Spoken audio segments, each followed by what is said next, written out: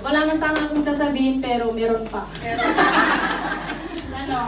Maraming salamat sa inyong buhay na ipinapaloob sa amin ng ating Panginoong may kapal.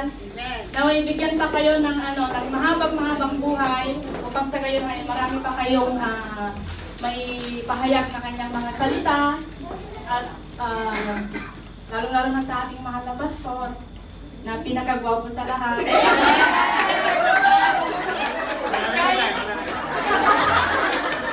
Kahit 64 na pero mukhang 46 pa rin.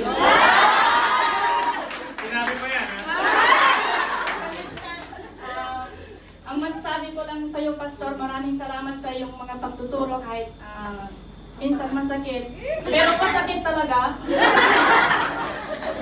Salamat sa Diyos dahil ipinagkaloob ka sa amin. Dalangin ko namin na bigyan ka po ng mahabang buhay at ilayo ka sa kahit anong kapahamakan. At ganoon din po, Panginoon, na kung ano po yung sakit na nararamdaman mo ay pagagalingin kanya sa kanyang habag. Ganoon din po sa ating mga gandang preacher.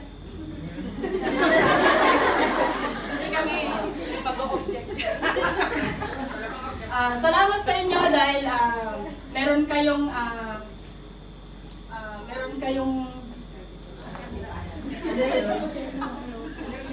salamat sa inyo, itianos yung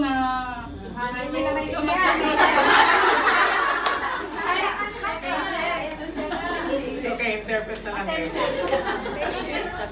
sa pasensya nyo sa pagtuturo sa amin, kahit po alam namin na mahirap yon, pero kahit sa hirap na yon, alam namin na maganda pa rin kayo. Kahit stress kayo, hindi halata. Dahil nga sobrang ganda nyo. Maraming salamat sa inyo.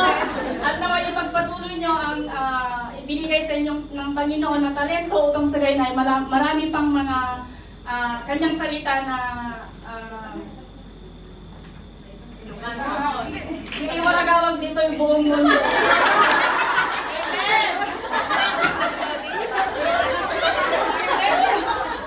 Thank you very much. At other than Diyos, iti agnila ang katatayuan. Amen. Happy birthday po, Pastor, and happy Appreciations Day. Binigay kasi sa akin yung messages. Pero, ang naisip ko po kasi, ano po ba yung nakikita natin, kaya we appreciate you. And I gathered some messages from Saturday group at ito po yung mga kasagutan po nila. Una-una kay Sister Jassel, sabi po niya, boldness. Kasi daw po gusto niya magkaroon din nun para makatayo siya sa pulpit at magampanan niya ng maayos yung naka-assign sa kanya. And then next one, si Sister Helen, sabi niya po, pagiging malawak na pagkakaroon ng malawak na pag-unawa at pag-iisip upang magmahal ng kapwa niya tao. Kasi as a pastor leader, ginagawa niya lahat, may sweldo man o wala. Nagagawa niyang maging mabuting tao at maging mabuting halimbawa. Walang tag-init o tag-ulan sa kanya, makapaglingkod lamang kay God at maiparating sa mga tao ang mensahe ng ating Panginoong Jesus. And then kay Sister Megan po, sabi niya, confidence and devotion. Kasi the way he delivers the words of God, lagi daw pong may impact sa puso niya with the guide of the Holy Spirit. And then kay Sister Karen, sabi niya po, being a visionary, not in a way na prophetic, but in a way na nakikita niya yung direction ng isang church at kaya niyang mag-lead or guide. And also, being a good teacher, kaya niyang magpaliwanag ng Bible, nang nilalaman ng Bible in a way na clear and applicable. And then, kay Sister Feb po, this is quite unique kasi nilagay niya po yung ginamit niya po yung word na pastor, yan ang acronym. Sabi niya, sa letter P, passionate in loving God. Ang pagmamahal sa Diyos ang dahilan kung bakit mo daw po ginagawa ang lahat ng ginagawa mo para sa iglesia. Hindi madali ang maging ama ng isang pamilya, ano pa kaya ang maging tatay ng isang church. Nagpapasalamat daw po siya dahil mahal mo si Lord at bunga ng pag-ibig mo sa Kanya, minamahal mo rin po kami. Letter A, authentic. Hindi ka po daw mapagpanggap. To be vulnerable at front of many people is difficult. Gusto po niyang malaman mo na na-appreciate of your life, lalo na sa ang personal struggles sa past and present. You have your own share of months from the past na I will say the special part. We are gathered here today just to honor, not just to honor our pastors, but to celebrate pastors and preachers, but to celebrate the incredible work they do in the name of the Lord, God, our Savior, Jesus Christ. On this Pastors Appreciation Day, we recognize the vital role our pastors play in guiding us, our preachers as well, in guiding us to closer to Jesus Christ and nurturing our faith. The Bible instructs us in 1 Thessalonians 5:12 to 13. Now we ask you, brothers and sisters, to acknowledge those who work hard among you, who care for you in the Lord, and who admonish you. Hold them in the highest regard and love them because of their work. Now, I would like for... so sorry. I would like for everyone to stand up, please. As we reflect on the blessing they bring into our lives, let's remember that their labor is not in vain. They lead us to Jesus, help us grow in our relationship with Him, and remind us of His grace and mercy.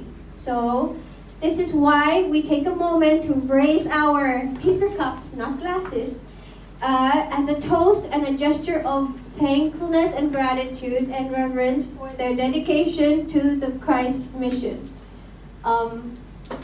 To our preachers, thank you for leading us to Jesus, for your unwavering faith, and for your sacrificial love. May you feel our appreciation today and every day. Yeah, just sure. Remember the one that I asked you to type?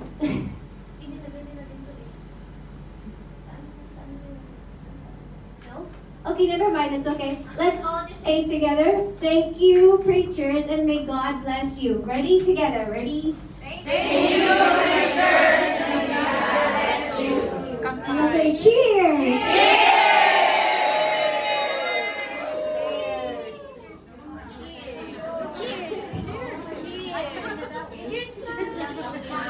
Happy birthday, Pastor. Message ko sa mga preachers natin. We thank God sa buhay ninyo kasi ginamit kayo ng Panginoon para sa amin na mga lost. Honestly, we are lost, but God is using you para matagpuan namin yung presensya niya. Lumago yung buhay namin.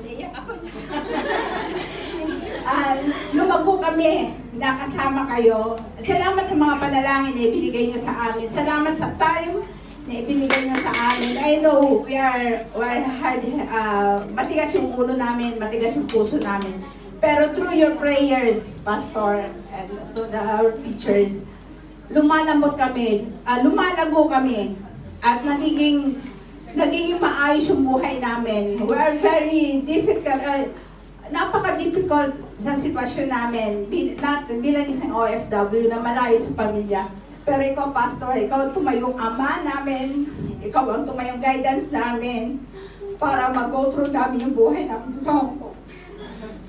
Maraming salamat sa iyong time, sa iyong panalangin, sa lahat ng mga ginagawa mo sa buhay namin, at sa inyong mga preachers na magaganda. We thank you kasi ginamit ng Diyos kayo sa kanyang ubasan. At maraming salamat na I know may magagawa pa ang Diyos para sa iyo. May gagawin pa ang Panginoon para sa inyong mga buhay. You will grow old, pero maraming mga kaluluwa ang masisave dahil sa inyo.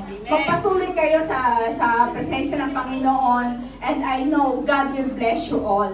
And I know that His blessings will overflow to your presence, and I know that His wisdom will be on you. Thank you for the strength also na binigay sa inyo ng Panginoon, at salamat sa pagpupuyat sa efforts na binibigay ninyo ng bawat mga preachers ninyo, bawat mga preaching ninyo. ay nagiging guide namin sa aming mga buhay, sa pang-araw-araw namin, especially sa buhay namin sa aming mga employers. Yung mga preaching ninyo, yun ang nagbibigay ng kalakasan para sa amin. Na I know that God is there for us, that I know God is there, na hindi niya tayo pinapabayaan, hindi niya kami pinapabayaan. Dahil through you, naririnig namin yung salita ng Diyos na, God is always us, God is love us, God is always there for us to love us, to give us more strength. Maraming salamat sa inyo. God bless you. Magpatuloy po.